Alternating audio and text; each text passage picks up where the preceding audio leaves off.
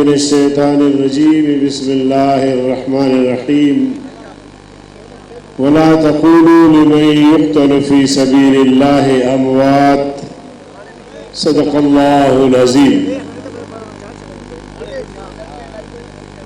قائد جمعیت، رہبر امت، سالار قافلہ حریت حضرت مولانا فضل الرحمان صاحب، میرے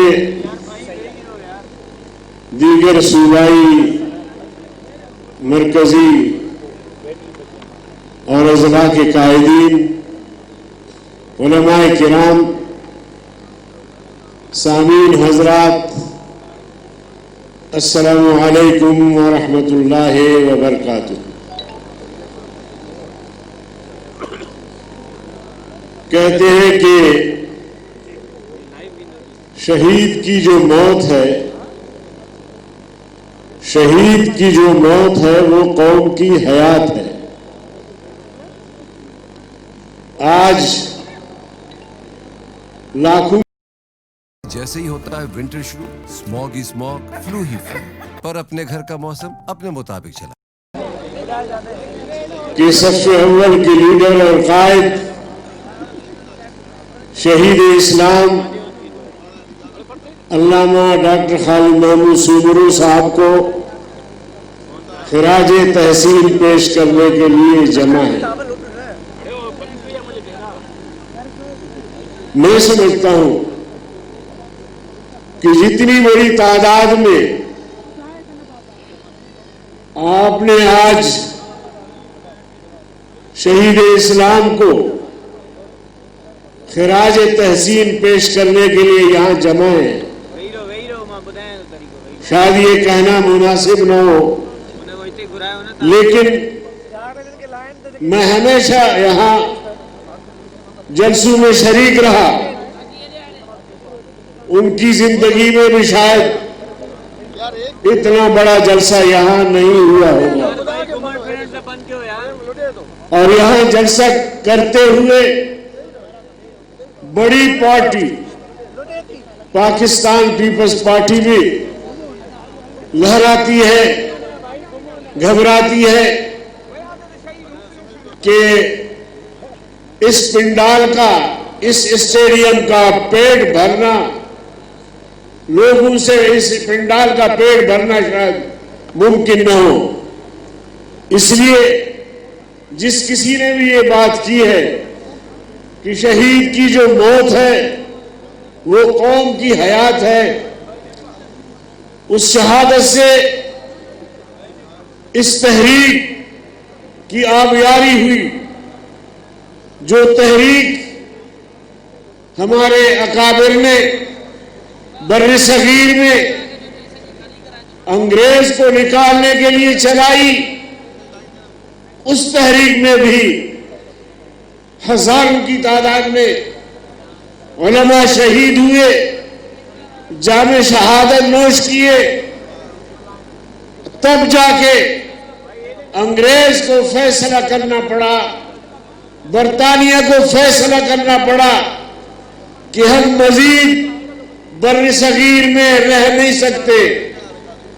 علماء نے قوم کو اتنا بیدار کیا ہے، جذبہ جہاد دیا ہے، جذبہ حریت دی ہے کہ ایک انگریز خود لکھتا ہے کہ بدناخ ملاؤں نے لوگوں کو یہ باور کرایا ہے کہ انگریز کے مقابلے میں لڑ کر مر جاؤ گے تو تم شہید کہلاؤ گے، اور اگر بچ جاؤ گے تمہیں غازی کہا جائے گا۔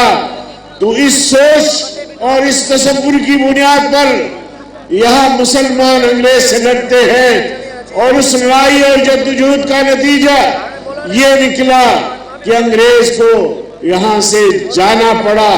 تو اس لیے میں دعوے سے کہتا ہوں کہ تاریخ اٹھا کے دیکھا جائے کہ تحریک آزادی میں یا جدوجہد آزادی میں، جنگ آزادی میں یا جدوجہد آزادی میں کس کا خون شامل ہے؟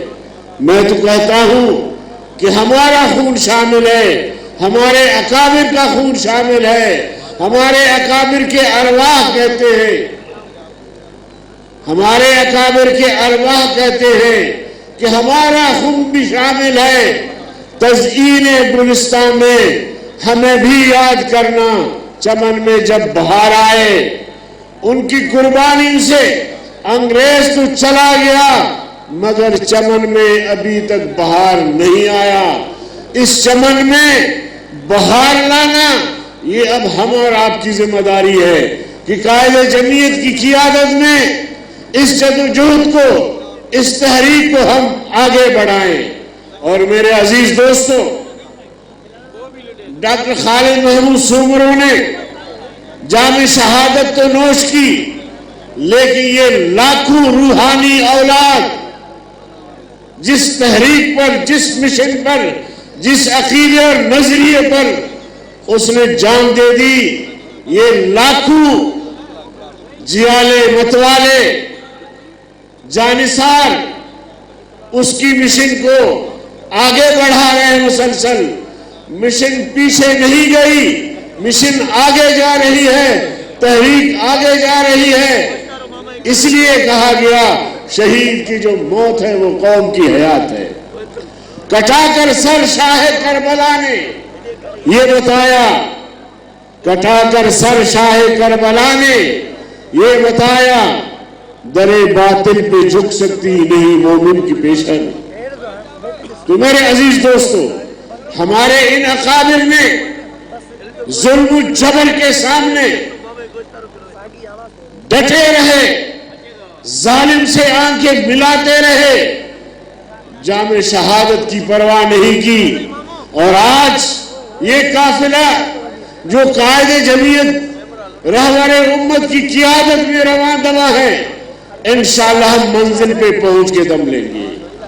2-2.5 سالہ اس تحریک میں قائد جمعیت کی قیادت میں آپ نے جو تاریخی کردار ادا کیا ہے، میں سمجھتا ہوں کہ اس کی مثال دنیا میں نہیں ملتی۔ آپ نے 15 ملین مارچ کیے پاکستان میں، پرامن مارچ، اور آپ نے آزادی مارچ کیا۔ میں سندھ کو، سندھ کے عوام کو سلام پیش کرتا ہوں کہ آغاز تم نے کیا قافلے کا، قائد جمعیت کے ساتھ یہاں سے آپ نے ان کے ساتھ دیا، اور یہ قافلہ اسلام آباد پہنچا، اور 15-16 دن اسلام آباد میں قیام رہا۔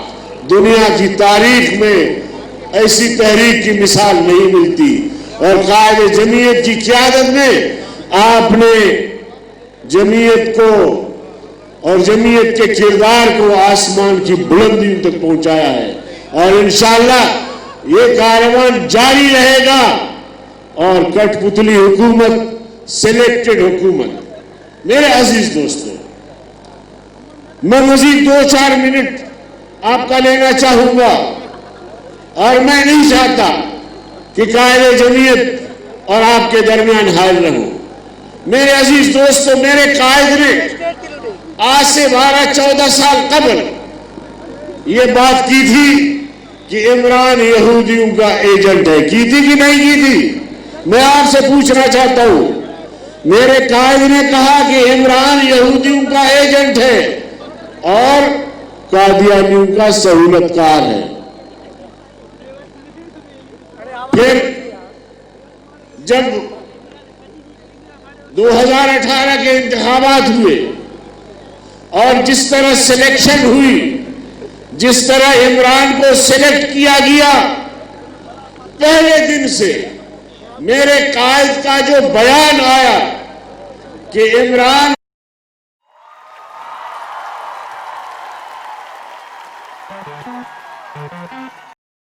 لہذا یہ سلیکٹڈ ہے، ہم ان کی حکومت کو، ان کے اقدامات کو تسلیم نہیں کریں گے۔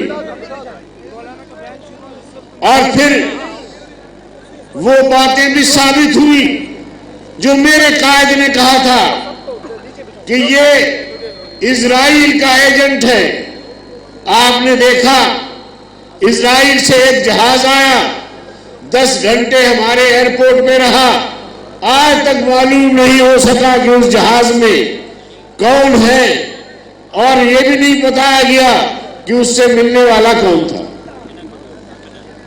اسی طرح پی ٹی آئی کے ایک خاتون نے یہاں تک کہہ دیا کہ بیت المقدس یہ یہودیوں کا قبلہ ہے اور مسلمانوں کا قبلہ بیت اللہ ہے. ایک طرح سے وہ ذہن سازی کر رہی تھی. اور قادیانیوں کی سہولت کاری بھی آپ کے سامنے آ گئی.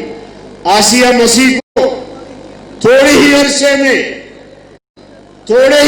میں کوٹ پہ سر انداز ہوئے اور ان کو امریکہ بھجوا دیا گیا. اور اس کے بعد عبدالشکور قادیانی کو ٹرمپ سے لڑایا گیا اور یہاں قادیانی کو کھلی چھٹی ملی, اور پارلیمنٹ میں بھی ناموس رسالت کے قانون میں ترمیم کے لیے بل پیش کیا گیا, لیکن آپ کی جمعیت نے, آپ کی قیادت نے ان کا راستہ روکا, اور راستہ ایسا روکا کہ قائد ایوان ہو کر کہا کہ جی ہم یہ بل واپس لے لیتے ہیں. تو لہذا قادیانیت کے لیے سہولت کار اور جناب والا یہودیوں کا ایجنٹ میرے قائد نے جو بات کہی تھی اس بات کی ایک ایک حرف جو ہے وہ صحیح ثابت ہوئے.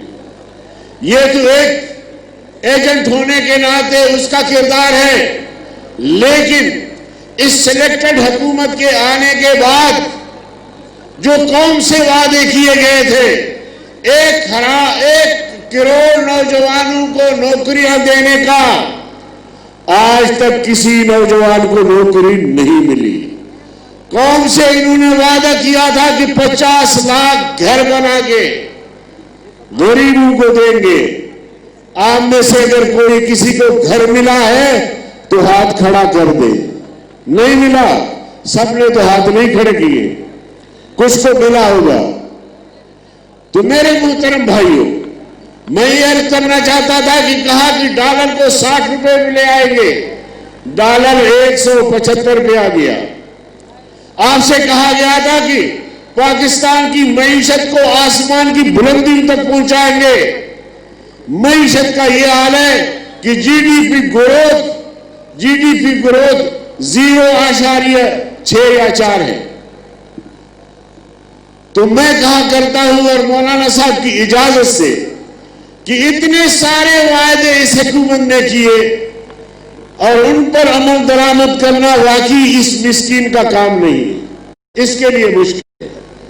ایک وعدہ جو اس نے کیا ہے, میں مولانا صاحب کی توسط سے عمران سے درخواست کروں گا کہ عمران, وہ ایک وعدہ ہے اور اس پر آپ عمل کرا سکیں گے. وہ وعدہ یہ تھا ان کا کہ میری حکومت آئی تو میں IMF کی طرف نہیں جاؤں گا, ورلڈ بینک کی طرف نہیں جاؤں گا, مالیاتی اداروں سے قرضے نہیں لوں گا. اگر کسی نے مجھے ترغیب دی کہ آپ IMF کے پاس جائیں, ورلڈ بینک کے پاس جائیں, ملک نہیں چل رہا, تو اس سے بہتر ہوگا کہ میں خودکشی کروں. اس سے بہتر ہوگا کہ میں خودکشی کروں. تو میں چاہتا ہوں کہ عمران, زیادہ مطالبے ہم نہیں کرتے آپ سے, بس ایک ہی مطالبہ کرتے ہیں کہ ورلڈ بینک بھی پاکستان میں آ گیا, IMF بھی, اسٹیٹ بینک آپ کا جو ہے SBR اور آپ کا وزارت خزانہ یہاں آ کے وہ قابض ہو گئے ہیں. ابھی معیشت پہ ان کی پالیسیاں چل رہی ہے, تو لہذا مہربانی کریں باقی وعدے چھوڑ دیں, آپ اس ایک وعدے پر عمل درآمد کریں. کیا کریں, سمجھے نہیں آپ؟ اس ایک وعدے پر یعنی خودکشی کریں. کیا کریں؟ آپ ہاتھ کھڑے کریں کہ میری اس بات کی تائید کریں کہ عمران لاڑکانے کی یہ لوگ جو لاکھوں میں یہاں موجود ہیں,